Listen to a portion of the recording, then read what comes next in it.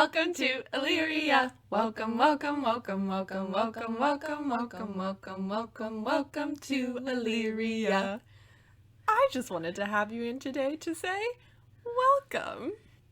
Yeah, so I truly hope that all of you have seen the iconic film, She's the Man. Because we certainly did this week.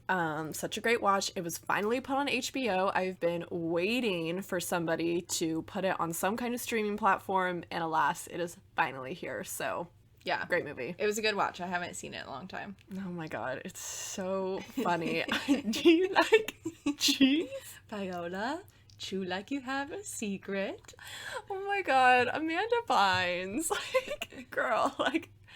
I know. I'd love her. I really hope that she's doing well. I hope she's, like, okay. I hope so, too. Just because that movie is just everything. I know, it's so good, but I read some stuff about how, like, that movie was, like, kind of led her to, like, the downfall-ish, if you want to call it that, period of her life. Shit. Yeah, because it was really weird. She talked about how, like, her playing Sebastian, like, playing the role of a man kind of messed with her head a little bit and made her feel, like, ugly and not pretty, and I just, like, you're beautiful, Amanda Bynes. My god. I know, which makes me so sad because the movie's so good. I have such mixed feelings now. No, oh my god. I know. I thought you knew that. She was in that other TV show. What was it called? Like The Amanda Show. Was it The Amanda Show? Amanda Show. No, it was like that other one. Oh, What I Like What About a You. Girl Wants. No, she's in What a Girl Wants. It's a movie, but there's that show. I think Yeah. it's called What I Like About You. I forgot about that show. Yeah, and like Jesse McCartney was on that show. Do you remember that? Jesse McCartney was on that show? Yeah. Ooh. Yes. Where's that? I know. I thought that at that point, that show, because that was after She's the Man. Yeah. So I kind of thought that was the downfall part. I read something from her about how She's the Man just, like, was weird for her to make. Interesting. Anyways, all I remember is like Jesse McCartney being on that show, me being like dead. I'm obsessed with Jesse McCartney. I honestly am, like, still to this day. Okay, we have so much to talk about today. Oh God, I know. So how are you feeling about this episode today? Honestly, I was so nervous. I don't know why, but yesterday I just had like a day. So I think we'll get into it when we get into the content, but like I was just like in my feelings like all day yesterday and was just like not okay, and honestly I was really worried about recording today, but I feel so much better today. Yeah. I think we were having a really hard time narrowing down our content for today just because I felt like my brain was just like ping-ponging in my head. Yes. All this week. It was just really overstimulated by like all the things that we wanted to get into. Yeah. So obviously there is still a lot going on right now. We are still in the midst of COVID. We are still having a lot of great Black Lives Matter protests. So in regards to that, I wanted to first talk about some relevant art news in regards to the Black Lives Matter movement and the Confederate statues that are being torn down amongst the protests, and some of which are now actually being removed by local officials or local governments. And I wanted to first talk about these statues in terms of what their purposes are. What was the intent behind their creation? Which is the idea of historical preservation. But when considering location, when a statue was put on display in a public or outdoor setting, that is also unmistakably a conscious action of celebrating and honoring the life or the idea of the person captured in the statue. Mm-hmm. So there are contradictions within these statues because we know that we use art to document and learn about history, but we also know that we need to end the glorification of Confederate leaders, slave traders, or colonizers, and also question our own history that we have been taught at the same time. So there was a really interesting New York Times article that was published just last week addressing the question, what does it mean to tear down a statue? And they interviewed an art historian, Erin L. Thomas, who specializes in looking at the destruction of cultural heritage. And she addresses the topic by first looking at the funding or the expenses and maintenance fees of what it really takes to go into preserving these statues. And there was a 2018 study where taxpayers had paid around $40 million in preserving specifically Confederate monuments and sites. That's crazy. $40 million on these Confederate monuments alone. She states in the article, as an art historian, she said many people might assume she is on the side of preservation, but in reality, maintaining these problematic sites are really just money pits, right? On top of the other problems that come along with glorifying these figures. In addition to that, it's also a money pit. Right. So she states that if we are going to put money into maintaining public art, why can't we just use that $40 million instead to support African American and Native American history instead? Why can't we put that money into preserving other cultural heritage sites and monuments? And amplifying those sites. Exactly. Right? Yeah. So she gives us some backstory to the history of statue destruction because we know this is something that has taken place since antiquity. As we go back further in time, the destruction of statues become more common because we have more turnover in who's in power, or perhaps now we use this bronze that the statue is made out of and we melt it and then we turn it into weapons for our new war, right? So the fact that we have been living with public art for so long that is able to be maintained is actually fairly new in comparison to our very large and entire history of the world. Right. And she calls this perceived legitimacy. So I think it's just an interesting idea in thinking about the destruction of art and what's going on now, because that's not something that we are used to because America hasn't been invaded. We've been able to pay for the maintenance of these statues and therefore like we've just had them preserved. So now we're like, what do we do with them? And I think it's also important to note that we are preserving our own history as in a rich white privileged history. So that is the history that we have chosen to preserve. Because again, museums are not exempt from the idea of colonization. And just as America has come in and taken land, we have taken artifacts and we have taken art from other cultures that was not ours and we have destroyed it. But we are preserving this other problematic history, that perceived legitimacy. Right. So when looking at what is happening now and understanding why people are deliberately destroying these statues, these are signs that what we are not only questioning is our future, but also our nation's past, and one that is rooted in extreme white supremacy. And we need to question and challenge what we are learning from these monuments.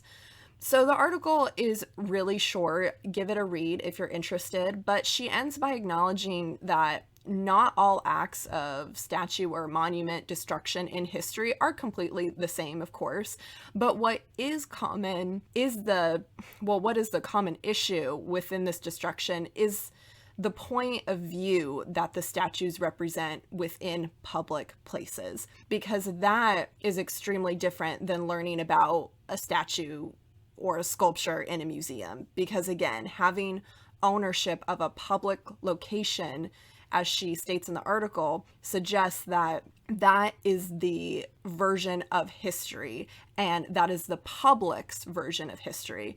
But as we know from these Confederate statues, that is not our version of history, and we are questioning that and we are challenging that. Right.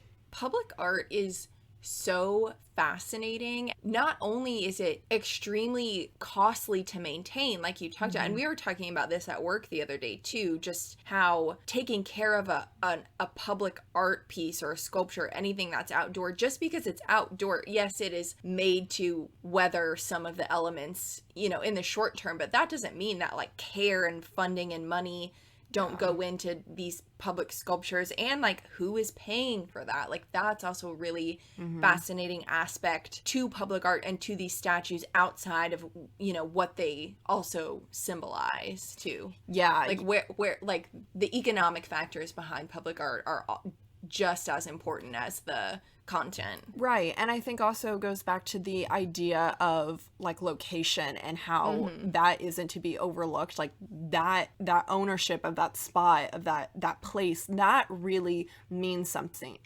So that is why public art is completely different than just taking that statue, putting it in a museum, and learning about this perhaps Confederate person. When you put it out on display in a public place, that idea is taking ownership of that spot, and therefore, like what the art historian said in the article, that is the perception that we're getting of our version of history. Yeah. And that statue is therefore speaking for the public. Right. And also, lest we not forget that none of the land that these statues are on is ours anyway. So there's also place in terms of like community and class. Like that all comes into place as well. But all of the places that these are most likely placed are not ours to begin with. So that's just another layer. Like, actually, like, this shouldn't be here anyway. You know?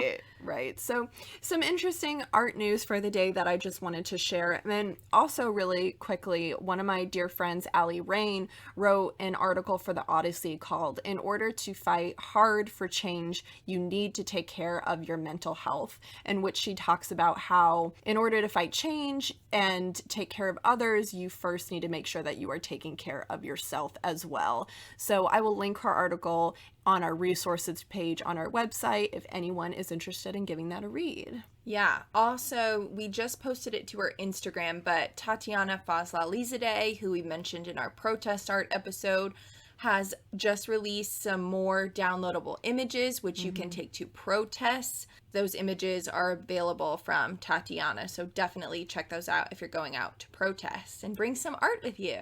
Yeah. Yay!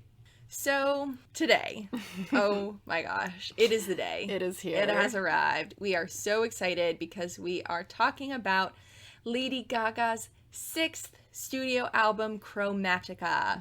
We have been thinking about the best way to break the album down and introduce her to you in the way that we think about her as fans, but also as people involved in the art world, and to really think more critically about the album and what she's trying to say than just fangirling over here. So we definitely think that the concept of posthumanism and posthuman bodies are clearly important to the structure of Chromatica, both in the audio and throughout the visuals we're seeing. But for today's episode, we are going to break down the album and do some analyses on some specific songs. We're going to talk about mental health and posthumanism a little bit.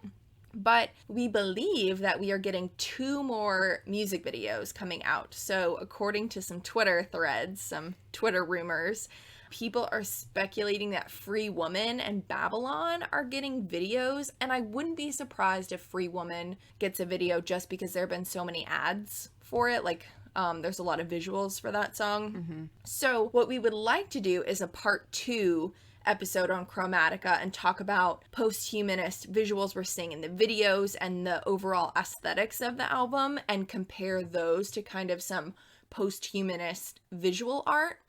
Before we get into the album, I also just wanted to note that we will be talking about mental and physical health in this episode. So before listening to it or moving forward, I just want to make sure that you feel like you are in the right space to do so. Also, I might be cursing a lot in this episode. I will try to contain it, but I just have a lot of feelings. And, you know, I had a mental breakdown myself yesterday, so Yeah. we're just gonna roll with it. Yeah, I think it'll be good. All right. Before we get into the album of Chromatica, Gianna, I wanted to kind of think about like our relationship with Gaga and like our history with her, and I've been thinking about some of my own favorite songs from her entire discography, not including Cheek to Cheek or A Star Is Born, Yes. because like Yeah. I wouldn't be able to. I just feel like pure Lady Gaga. Yes, Yeah, yes. absolutely. So I was thinking about like, okay, my top 10 favorite songs.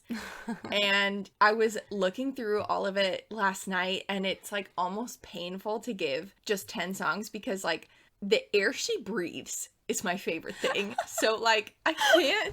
Bianca, I was like trying to do this and literally just this is where I had my like mental breakdown last night. And in my notes I have written down, this was an impossible fucking task. And I had them listed off like 1 through 10, but I couldn't even include Chromatica in it. Yeah, I did because I'm obsessed. Oh my god. Okay, I just need to hear what yours are. Okay. In no particular order. Yeah. Also, if you haven't heard these songs, like some of the ones that I picked are like not like, you know, singles you hear on the radio or whatever. Like, please, for the love of God, like just please listen to these songs. For the love of God. So I have Bad Romance. Of course. Speechless. I would just, Lady Gaga, if you're listening, I would just jump off a cliff to hear you sing Speechless in person. So then I have Art Pop, of course. Ayo, Just Another Day, Fun Tonight, Okay. Hair, Sign from Above, Replay, and Teeth. Love Teeth. That's such a good one. Ugh. Okay, what are yours? Okay. Yes. Yes. Yes. This was impossible. I can't. So this is also in no particular order. So I have Dancing in Circles, which is the iconic song about masturbation. Iconic. And then I have Manicure. I also have John Wayne, Just Another Day, The Queen, Dance in the Dark, Marry the Night, Beautiful Dirty Rich. I love that song. And one of my all-time favorites, Donatella. Donatella. I'm skinny. I'm rich. And I'm a little bit of a bitch. And then I have Americano. Ugh. All such good ones. Truly. Yeah, it was impossible. And all of the ones you listed, I'm also like, yeah. Like, no, those I are know. all my Like, these favorite. are like my top 20. Right? So we asked you guys what some of your favorite songs were of all time. And we've got Edge of Glory and You and I. Oh my God. You and I. Of course. Come to Mama. Oh my God. GUY. John Wayne. Teeth. Telephone. Edge of Glory. Fashion of His Love. Such a good Fashion of His one. Love, I almost put on my top 10, but it was so hard. I know, it was so hard. And then we also asked you guys from Chromatica, what are your favorite songs from this album? We've got Babylon, Rain on Me, Fun Tonight, 911, Babylon. I think a lot of people are like heating up on Babylon. Yeah. Sign from Above, Enigma. Love Enigma. Enigma is really good. Also, I would just like to say, from the Star is Born soundtrack, her version of La Vie en Rose is just a big fat stab to my soul. It's so good. Oh my God. I will never forget This is when why we I watched didn't- her sing La Vie en Rose at Tony Bennett's birthday. It was the most beautiful thing I've ever seen in my whole entire life. This is why I couldn't choose anything from... I just feel like, too, ever since Joanne came out, like, there's not one song I don't like on Joanne. There's not one song I don't like from Star is Born. Even Why Did You Do That? Like, that song is a bop. Do that to me. So good. So good. Okay. But, so I had to kind of make another list because... for specifically Chromatica, because I was having so much anxiety that I needed to include everything. Yeah. I saw this tweet that was like, there are no skips on Chromatica, and I was like, I've never seen anything more true in my whole life. There are no skips on Chromatica, but my favorite moments overall on the album, first is the Chromatica 2 transition into 911.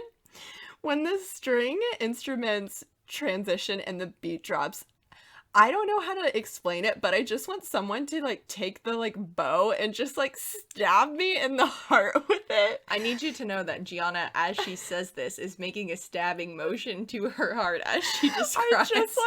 I imagine just like a string quartet and then just like, like just, I don't know how to explain it because I just love it so much. But with 911, that song particularly addresses things about Gaga's life and dives into her mental state that not many people know about. So I just also really love 911. And then the next would have to be Enigma, because it's just a goddamn bop. And lastly, Replay. I think in Replay there is some ambiguity in that song as to what she's exactly addressing, but the topics are embedded within this broad spectrum of trauma, which I think allows for a lot of personal connections to be made, which is why I just really enjoy that one. So 911, Enigma, Replay, and just all of it. Yeah, just the whole thing. The whole thing. Yep. Agreed.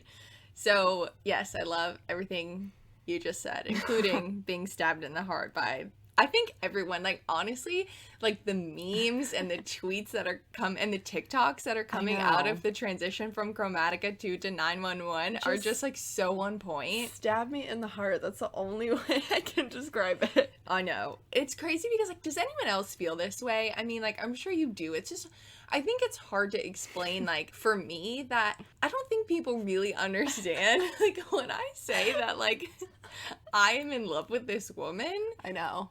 She's the air that I breathe. I don't have another way of defining my love and, like, need for life. Do you know what I mean? I mean, I do. I don't Does anyone else feel this way?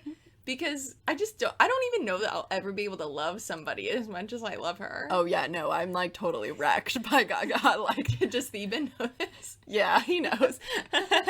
It goes Lady Gaga, Theban. And me. And yeah, you're there too. Oh, that's nice. Okay.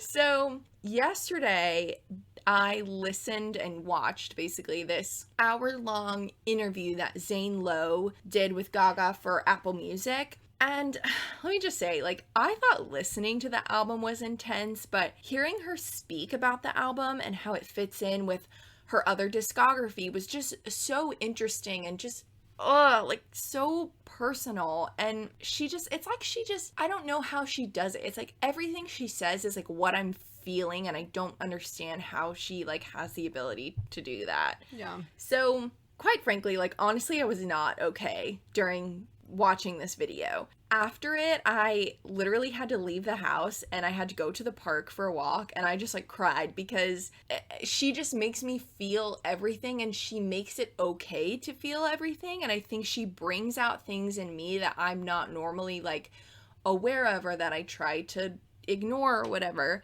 And then I literally, like, came home and I had to watch Titanic just because I needed to just, like, be sad some more. So I want to go over. I'm sorry. No, I just feel that so hard. Like, I just needed to watch Titanic because I needed to be more sad. I needed to be more sad. I don't know why. Like, that just, like, I came home and, like, I couldn't even, like, nothing I could have done. The reason why I say that is because we were both watching Titanic, like, in our rooms on our laptops. So we were both, like, doing the same thing, but we just needed to, like, be sad alone. I needed to be a sad girl in my room. That is really funny. Oh yeah, God. I came into Gianna's room and it was like, ooh. I was like, oh hey, I was watching that too. Celine. So let's talk about kind of the major themes found within the album and what the artist is trying to say and the issues that she's trying to tackle here. So there's kind of a long list, of course, you know, it can be interpreted differently, but really there's a lot going on. So in their interview, she talked about the timing of the album. She says she was making it with this idea of love and connection and connecting to other people in mind. However, when it came time for the release date, she obviously felt very conflicted, releasing it in the middle of the pandemic. And now we have race relations taking place in this country and all over the world as well. So when we feel divided and are often told in this situation to distance ourselves from one another, you know, it's hard to think about this album bringing people together through the connection and healing power of dance. But at its core, this record is, for Gaga, about getting back to the people and bringing people together. So it's kind of interesting, you know, the timing of this and how are people coming together, but also how are we physically separated too. Mm-hmm. So then, we talk about the concept of her own celebrity and this exchange of her talent that we've seen throughout her entire career. So, as an artist, she has continually given us her love and her talents and her hard work. But then in return, the people who she's given this to tell her what she can and cannot do with it. Mm-hmm. It's a story about believing in yourself and knowing that you're good enough. It's about constructs. It's about gender, social constructs, political constructs, and popular culture. She is trying to heal the world, but what this did was, and it ended up healing herself. And she talks about this human desire to be loved and just to love one another. So love is the healing power across all these different kind of themes. And then it aims to kind of help her and all of us know ourselves a little better. It's about forgiving yourself. And I think importantly, she says, and she wants us all to know that this is not, absolutely not, about the glamorization of trauma. You do not have to hurt yourself to feel better, and you can talk to someone and ask for help. It is okay to ask for help, and it is okay to talk with other people about this. In the album, we have these 3 instrumental sections that split the album into 3 different parts. First of all, stab me in the heart. There's something, okay. Stab me in the heart.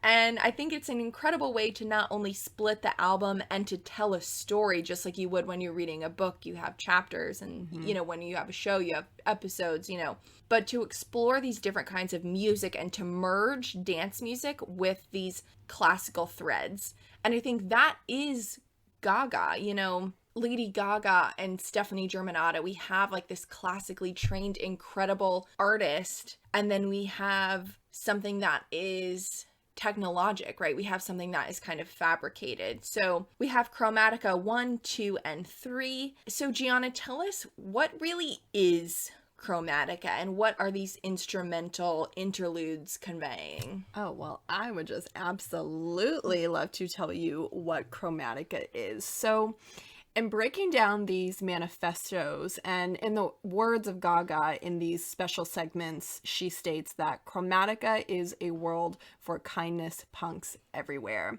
And the meaning of what Chromatica is linked to the themes expressed in each song, which conveys a spectrum of personal traumas, loss, fame, and physical and mental pain. It finishes with the celebration that is this continuous journey of finding and owning one's identity, acknowledging the pain, and finding that place in which you belong.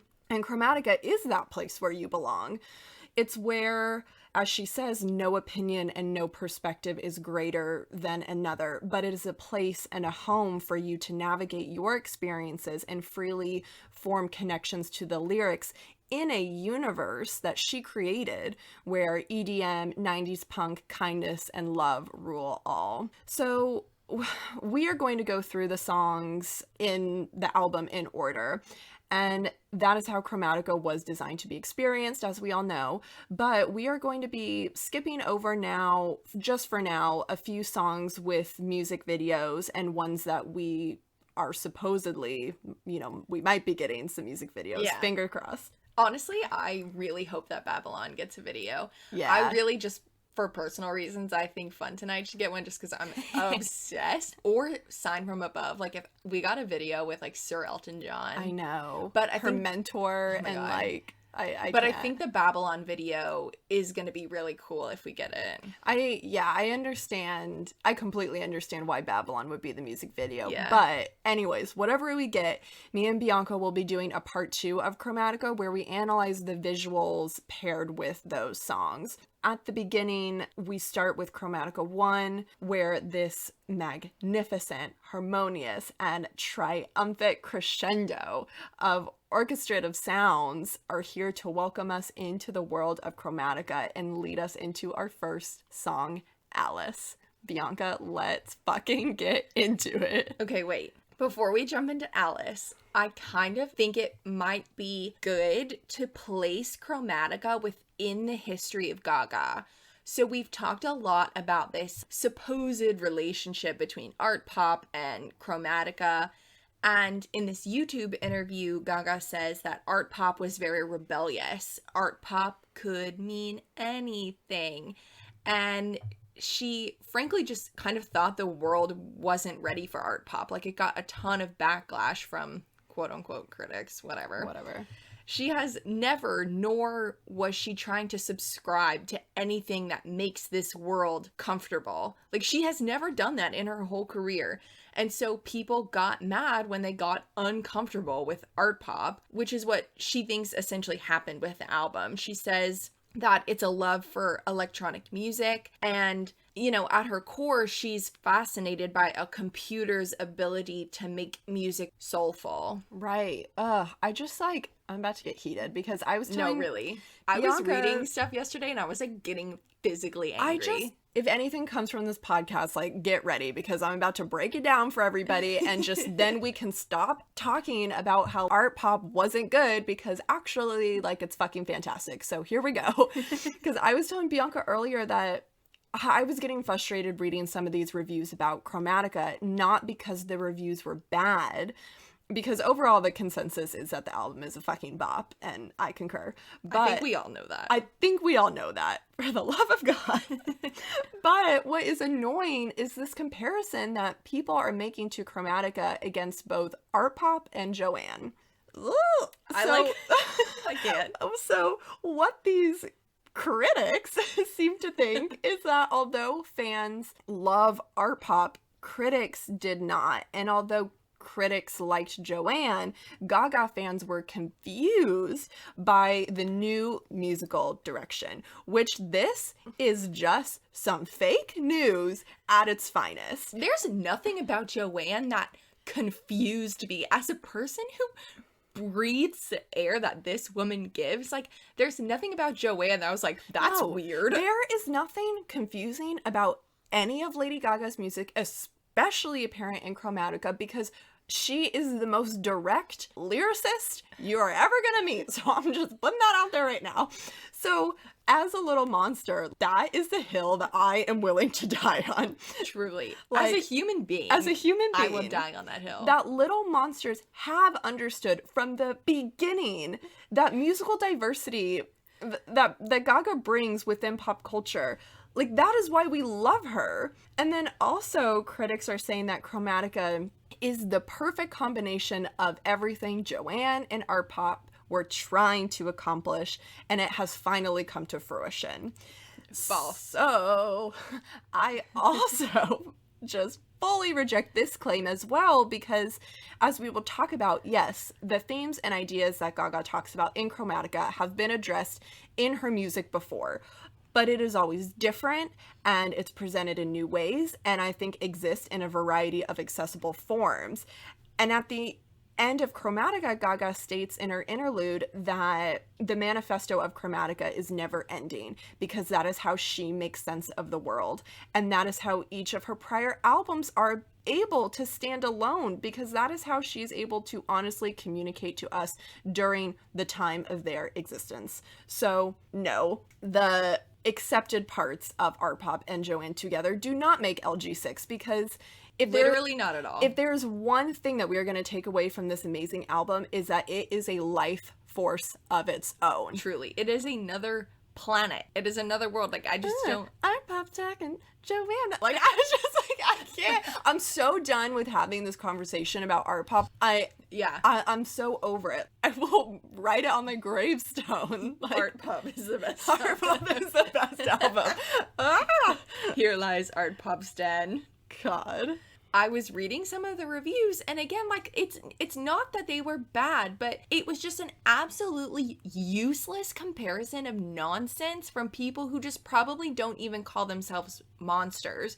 And I just, it's fine to not call yourself a monster, obviously. Like, you can admire artists' work from different perspectives. That's right. Totally fine. But what I didn't appreciate was, again, that, like, I just felt like it was so generalizing and almost demeaning to be like, monsters didn't like this because it's, like, low art or whatever. It was dumb for them to finally now, like, I think one of the interesting things about Gaga having to create this world is, like, it took her to create an entire fucking universe for you to get everything that she has been telling us from day one. You know what? Yeah, I'm just gonna be like, I'm gonna be grateful that hopefully I hope people understand it with Chromatica.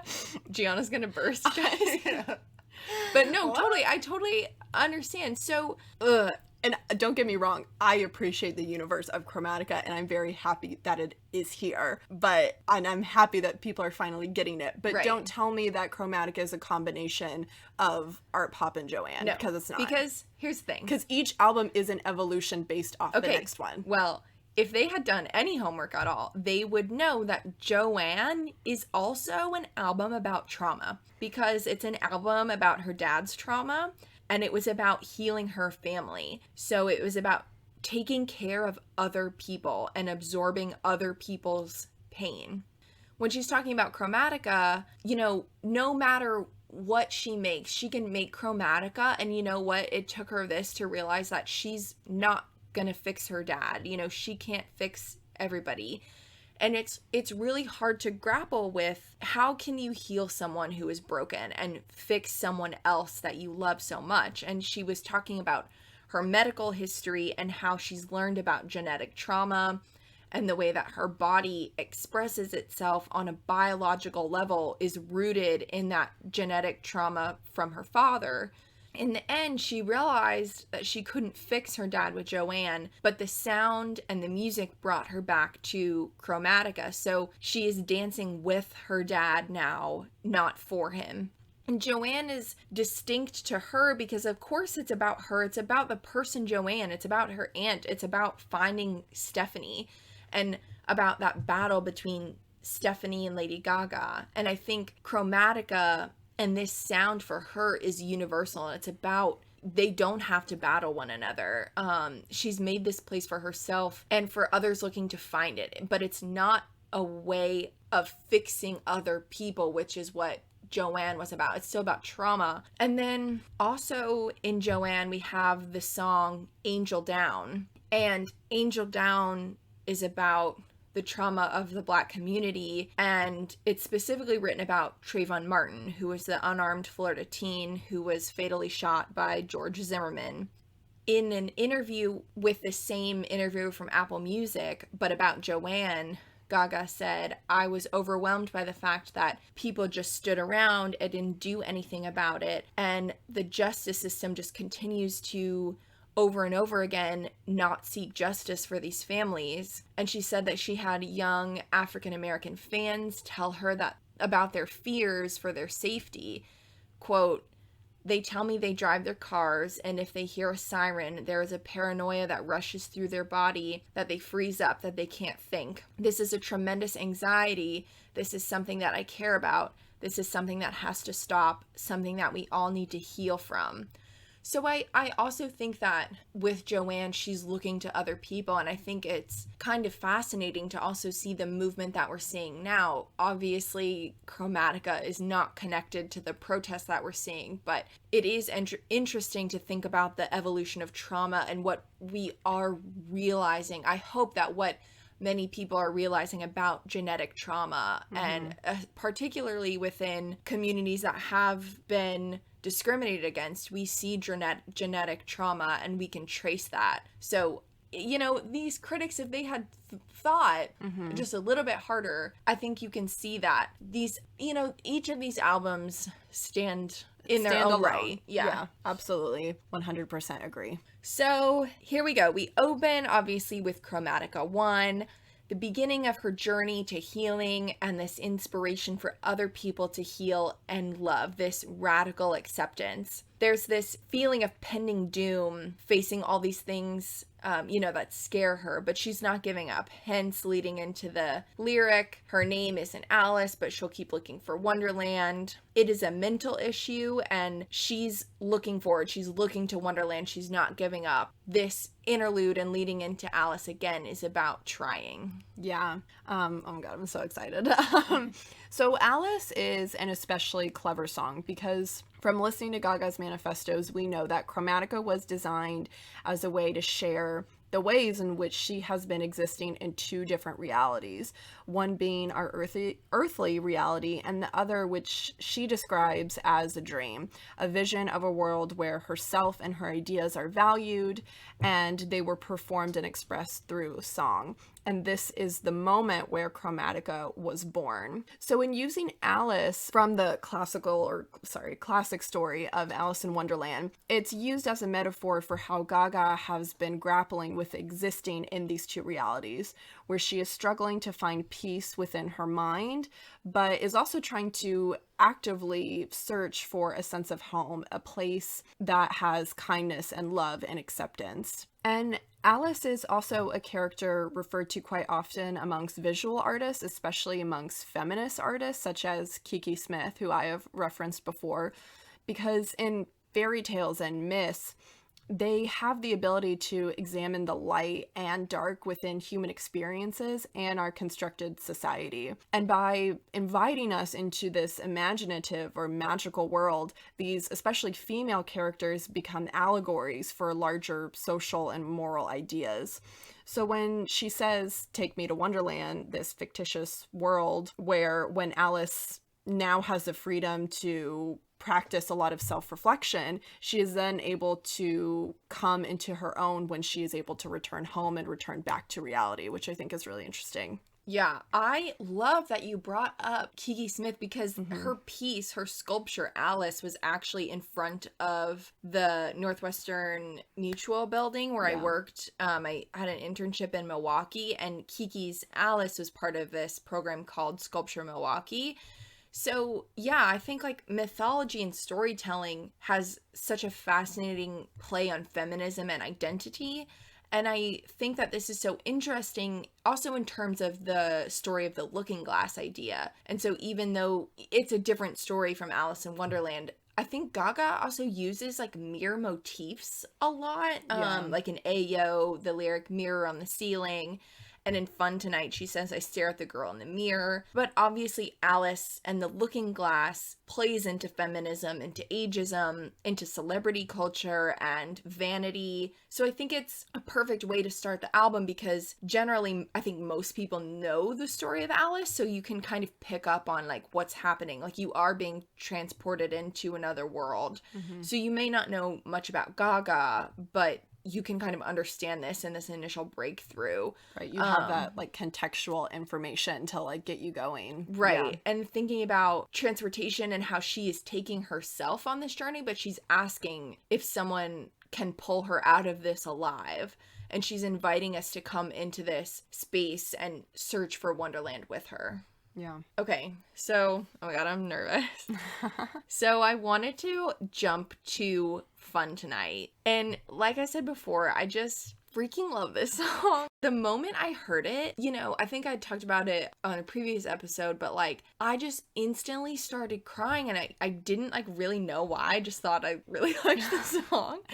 And thinking about it, like, of course there was a reason and it meant so much to me at first, but I wasn't like totally sure what. So in the interview with Low, Gaga says, "Fun Tonight is a song that means a lot to me." Same. And every time I listen to it, I get choked up. Same. Because I can't tell you how many nights that people that really love me were trying to get me to smile or to laugh or be optimistic. And I just had no ability to be happy. It just wasn't there.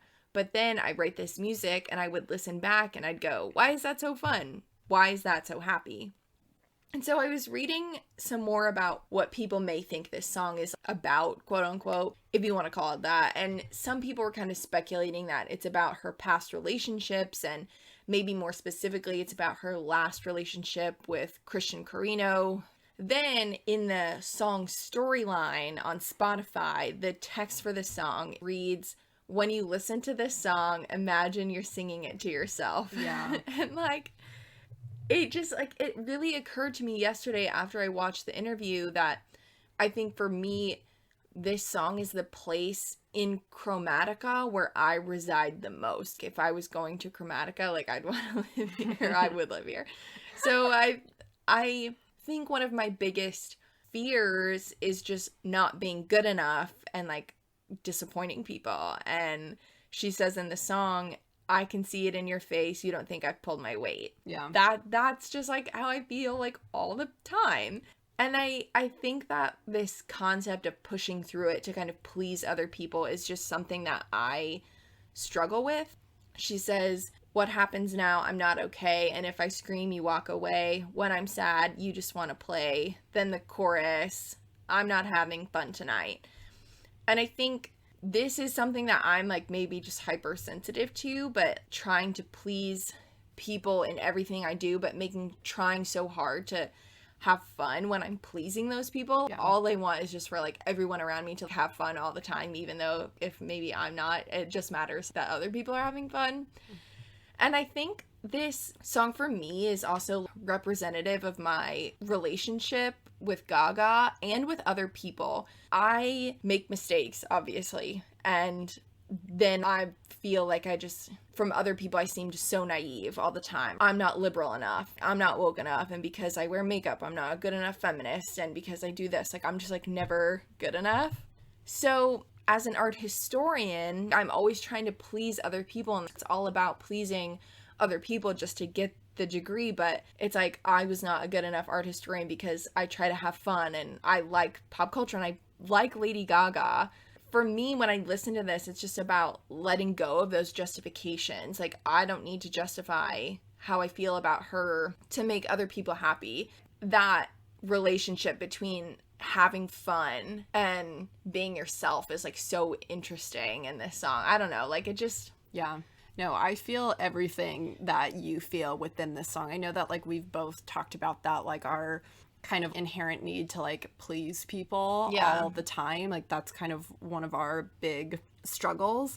But also, yeah, it feels like a situation where you can never win, because if I am doing something in my field, even like with my friends in my field, it's like, oh my God, I'm taking myself too seriously. But then it's like the flip side where it's, you know what I mean? Yeah. It's like this whole double standard that I get so frustrated with all the time, because then when I get to have fun, then it's like, ooh, like mom's out, you know what I mean? Like mom finally came out and had fun with us tonight. Yeah. So I totally get that. I also think it's, you know, in terms of relationships with colleagues or ex-boyfriends or whatever, I'm just so tired of justifying that I like popular culture, and I fucking love Lady Gaga and I will never not. Stop trying to tell me, oh, she's not really an artist. Like, oh, she's not really good enough. No, I'm tired of justifying that. Like, I'm tired of justifying my relationship with her to other people. It's exhausting. Right. You like whatever you like. If like you like whatever artist you like and you like whatever music you like, and you do you. But yeah, I think it's really interesting. Like, me and Bianca definitely identify ourselves being within the fandom of Lady Gaga and in the fandom of being a little monster. But I fully think that you don't have to be so enthralled in that fandom. You don't have to identify as a little monster to connect to or enjoy her music. And I think for some people, they don't think that, and they're just like, oh, well, like, I'm not a Lady Gaga stan, or I'm not a little monster. She's like a fake punk person. Yeah. And I just am so over... same thing. I'm over, and you know what, whatever, that's fine. Like, I'm not gonna force you to like an artist that I like, but also, could you just respect my fucking opinion? No. I like, and like, it's not about, and I think that's the, you know, album as a whole too. Everybody's different, and like, why can't we all just get along? Like, I'm just, you know what I mean? I'm just so tired of justifying everything about everything all the time. And I know that sometimes it's necessary. Obviously, conversations are important, and dialogue and exchange of knowledge. And of course, there are things that are problematic and do need to be changed. Let's talk about it, you know? Yeah. I love that song so much. I think it really it does make me reflect on like the double standard of, I also shouldn't care so much all the time what people think about me if they're also not putting the effort into being like a good person in my life, you know? Friendship and relationships are like two-way streets. Yeah, so it's just a really good song for self-reflection, I think. Moving on, at this point, we have now entered this second phase where Gaga has dived deeper into talking about the psychological and mental effects that these past traumas have had on her. And she's able to do this because she is now fully in the realm of Chromatica, or she has found Wonderland at this point, a place where she's not going to apologize for loving or who she's loving as addressed in Stupid Love. And she's at the point where she can fully talk about the pain because she has acknowledged and claimed ownership of her trauma and has realized these shared experiences, such as addressed in Rain on Me. So the song 911 captures her battle with mental health and the frustrations she has and not always being able to deal or control what is happening to her or the world she lives in and what's happening around her. What I really enjoy about this song as well are the lyrics and how they're presented as a stream of consciousness. So Gaga is literally just listing off all the ways in which she has struggled with mental illness and how it has impacted her. The chorus, however, is a direct reference to her dependence on an antipsychotic, and Papa 911 means like take a pill to help survive, help me get through this day, this moment. At this point in the album too, her voice becomes more electronically enhanced, which is also a good audible indicator that we have transitioned into this new phase and we are hitting these issues in a new manner. So I just wanted to point out some of the lyrics in the song that tie into other themes in the manifestos, and it just kind of ties the whole album together. Keep repeating self-hating phrases. This is a biological status. As we know, addressing trauma is something that is passed down through your family, through genetics. Front, I've been around me, oasis, paradise is in my head, a reference to the world of Chromatica. And I think it is a pivotal moment in the album, and it's just direct and honest, and it's just an important song.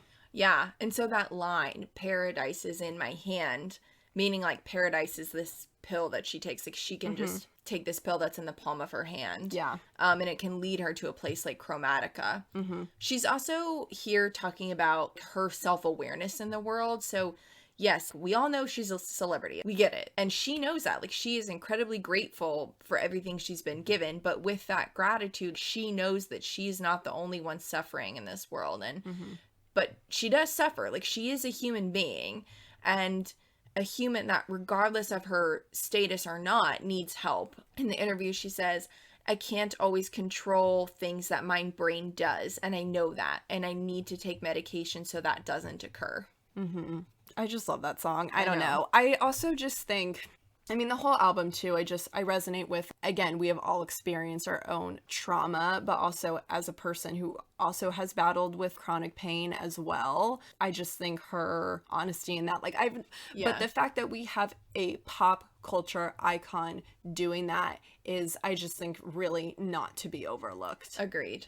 So moving on, I don't want to talk about Plastic Dolls too much right now because I would like to discuss the song when we do a Chromatica part 2 in relation to the visuals, because this song is just a really good gateway into discussing what we have already seen and what we will be seeing more of.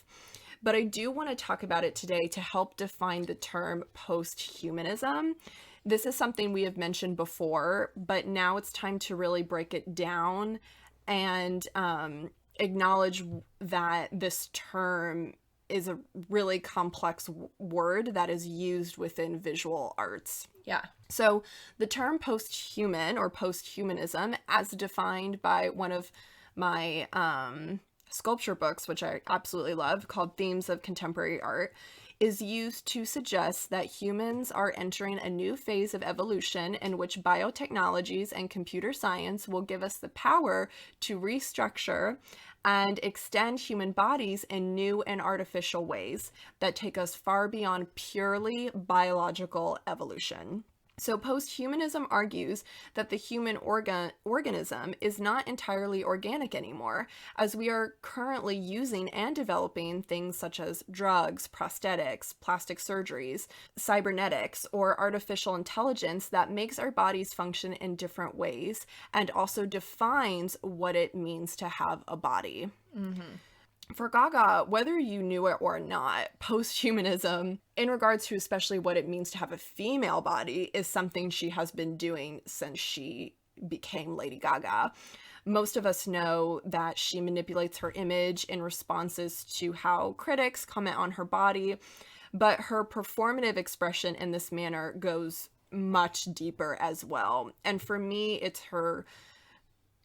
this side of the visual artistic direction and her performative side that I resonate with a lot because of the overlapping possibilities that performance also has with sculpture, and also just my own particular interest in the body, and how intentionally and conscious body manipulation can create connections when speaking about things such as identity, beauty, physical appearance, as it does in Plastic Doll. So Right. I'm just so here for the song. So I think Gaga being able to change her appearance and transform, like many visual artists, they themselves are more concerned with what altering the body means, and are we going to use this power to allow for acceptance, or will it further lead us down this path of division? Yeah. With Plastic Doll, too, in relation to the idea of posthumanism, you know, specifically in this song, like, we are the ones that are altering her body, right? So critics telling her how she can and cannot dress, people in her life, like managers, fashion designers. And as we talked about in the beginning, again, with her sound, you know, this idea of people telling celebrities what they should do with their power. Like, we are also the ones, like, altering her body in this way. So we are essentially responsible for creating a post-human Gaga. Damn, that's so true. No, I know. It's like it's just crazy because, again, her performances are her reflecting the world around her and what we're doing. Yeah. So of course she does this with her image and the aesthetics for the album, but in particular in Plastic Doll, she says, "They built me strong. We did that. Yeah. I am not yours," you know. So I was also thinking about, on top of the post-humanist structure, the gendered implications of this song. And I only bring this up because in the interview she said something really interesting when talking about the song Free Woman, how she obviously is opposed to thinking about gender in these, like, dual terms, but she does define herself as a woman, and that's fine. But, you know, it's sometimes she was saying it's, like, hard for me to think about. I can't comprehend having only two genders in this world. Like, it doesn't make sense, or gendering things at all. But she is a woman. So in Plastic Doll, I was thinking about this contrast between boys and girls toys, and a lot of times when you take a gender class, like, you start thinking about gender construction in children, and how in a gendered and constructed lens, boys can theoretically play with dolls only when they're plastic, when they're over-sexualized, and when they're objectified. But then she says, if you're a real boy, don't play with me.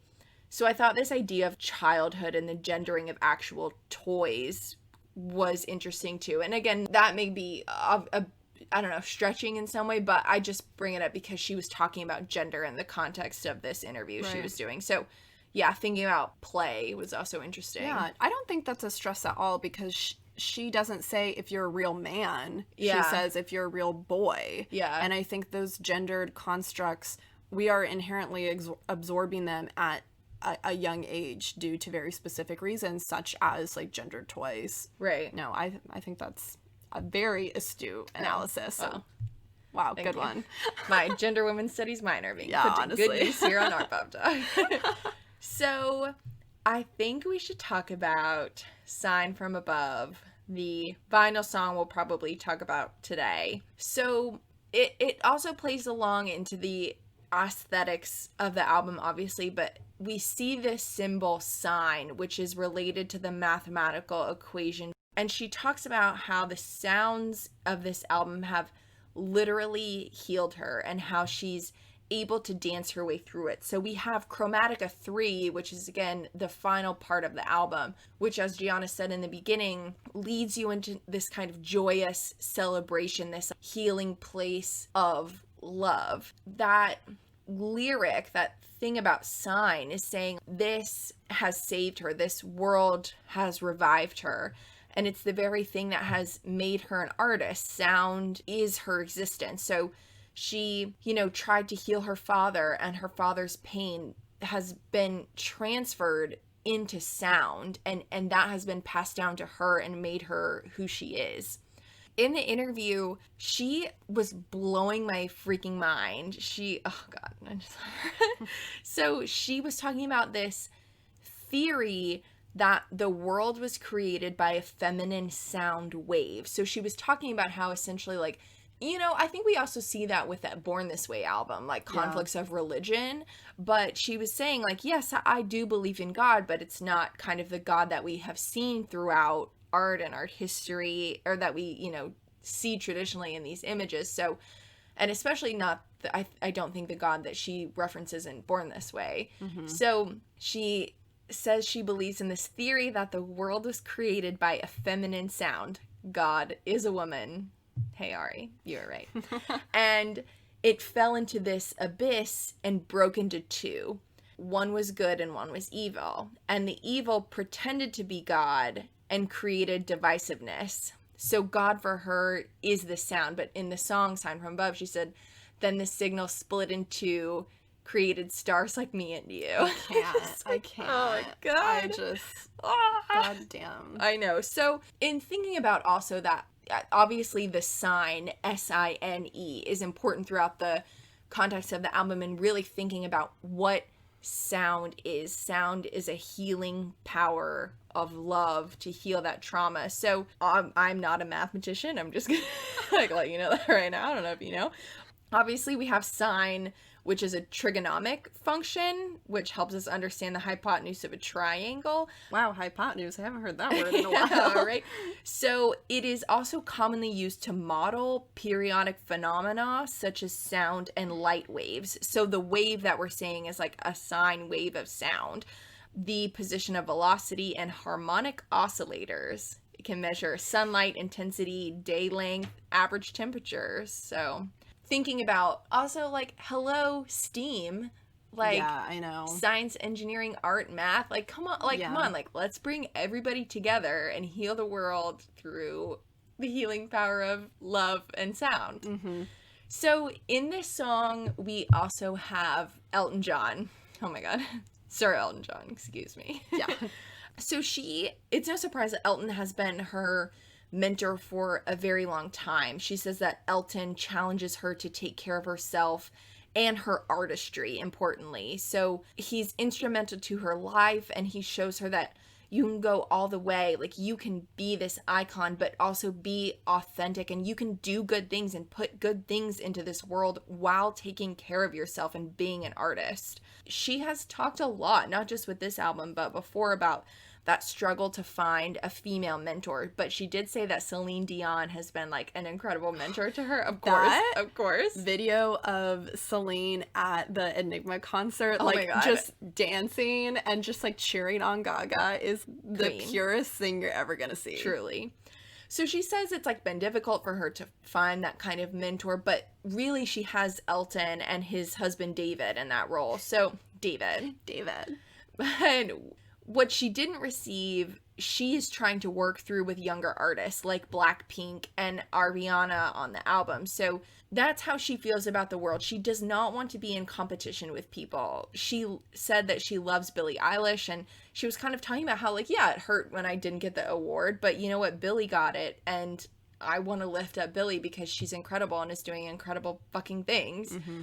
She wants people to love this record, of course, but it's about her and her love and that feeling that you are essential. And I also think that's just so poignant right now in the context of today's world, thinking about like essential people and who is essential. And she talks about how the first ad for this album was actually a big sign that said, you are essential.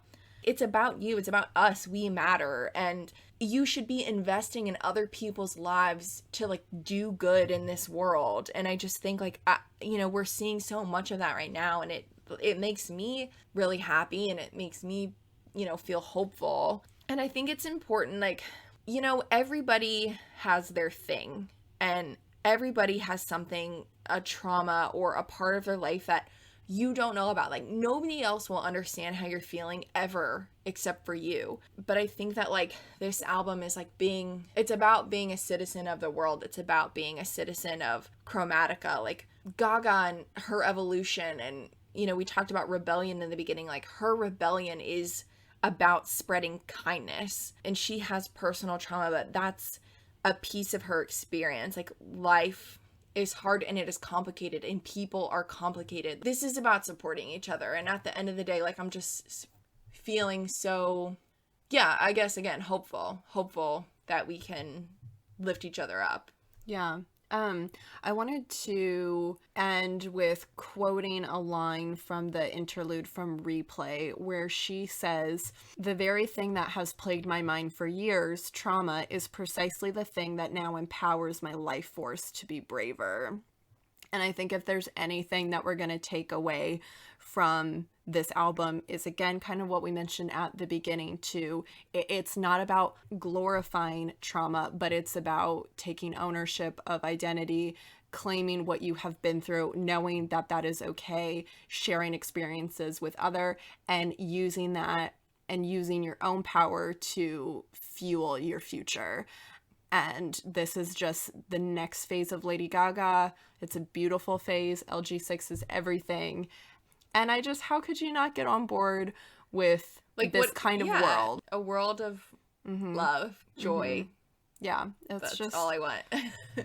It's just freaking beautiful. And it's just another reason why we adore her so much. And if you didn't understand why me and Bianca were freaking out so much when this album was first released, we hope that now this kind of hopefully brings you into the world of Chromatica and helps you understand just a little bit about why we love this woman so much, because we believe in her, and not even her, aside from her music, we believe in the person she is and what she stands for. Yeah, right. Yeah.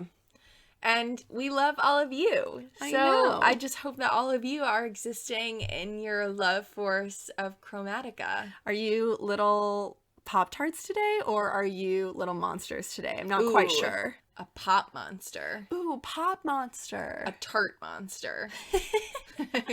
I'm a tart monster, I think. Okay, friends.